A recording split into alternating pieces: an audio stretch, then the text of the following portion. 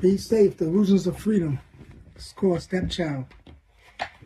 This is bringing awareness to, like, a lot of people growing up and, and their moms get with somebody and they don't even know what's going on in the background. So this is like to bring awareness to that type of stuff, you know what I mean?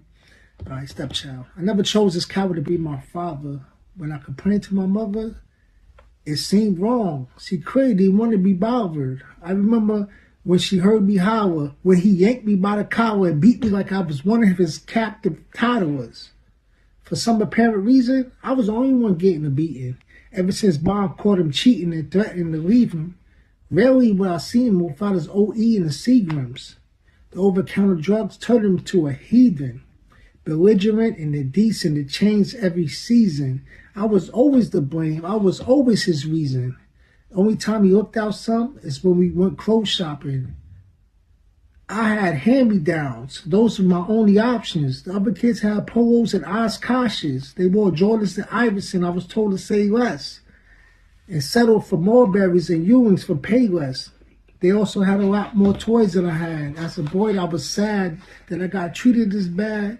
When he looked at me, he would always get mad, only for the fact that I looked like my real dad.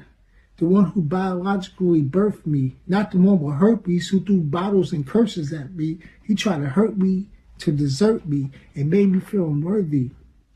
Even when it was dinner time, I had to get in line. I had to sneak out my room to get crumbs out the pie. I used to go to bed hungry and crying and stressing, trying to win his affection, but only met with his aggression. No love, just rejection. Sit to bed again. Garlic was my only medicine. No NyQuil or aspirins if I got a fever or a headache. My mother would never know how I feel because according to her, I was a nil. He was the man of the house who paid all the bills. Every night, his bottle got filled. That was the deal, no matter how surreal. Even famous, I couldn't swallow that pill. As I got older, I got bolder. But my mom turned her cheeks to the things that I told her. Told me to pray to Jesus, not Jehovah. As a stepchild, I got stepped on as a child. No wonder why I played the block and got reckless and wild. The gangs and the dealers were the only ones who I thought was accepting me. I never wanted to go back home because they was rejecting me. My stepbrothers kept disrespecting me. I left for weeks to hit the blocks. Mom, what did you expect from me?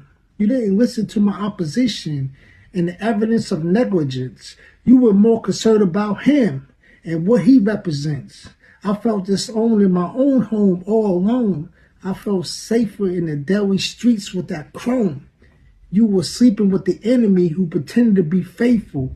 He only befriended me because he didn't want me to squeal that he was messing around with Auntie Rachel.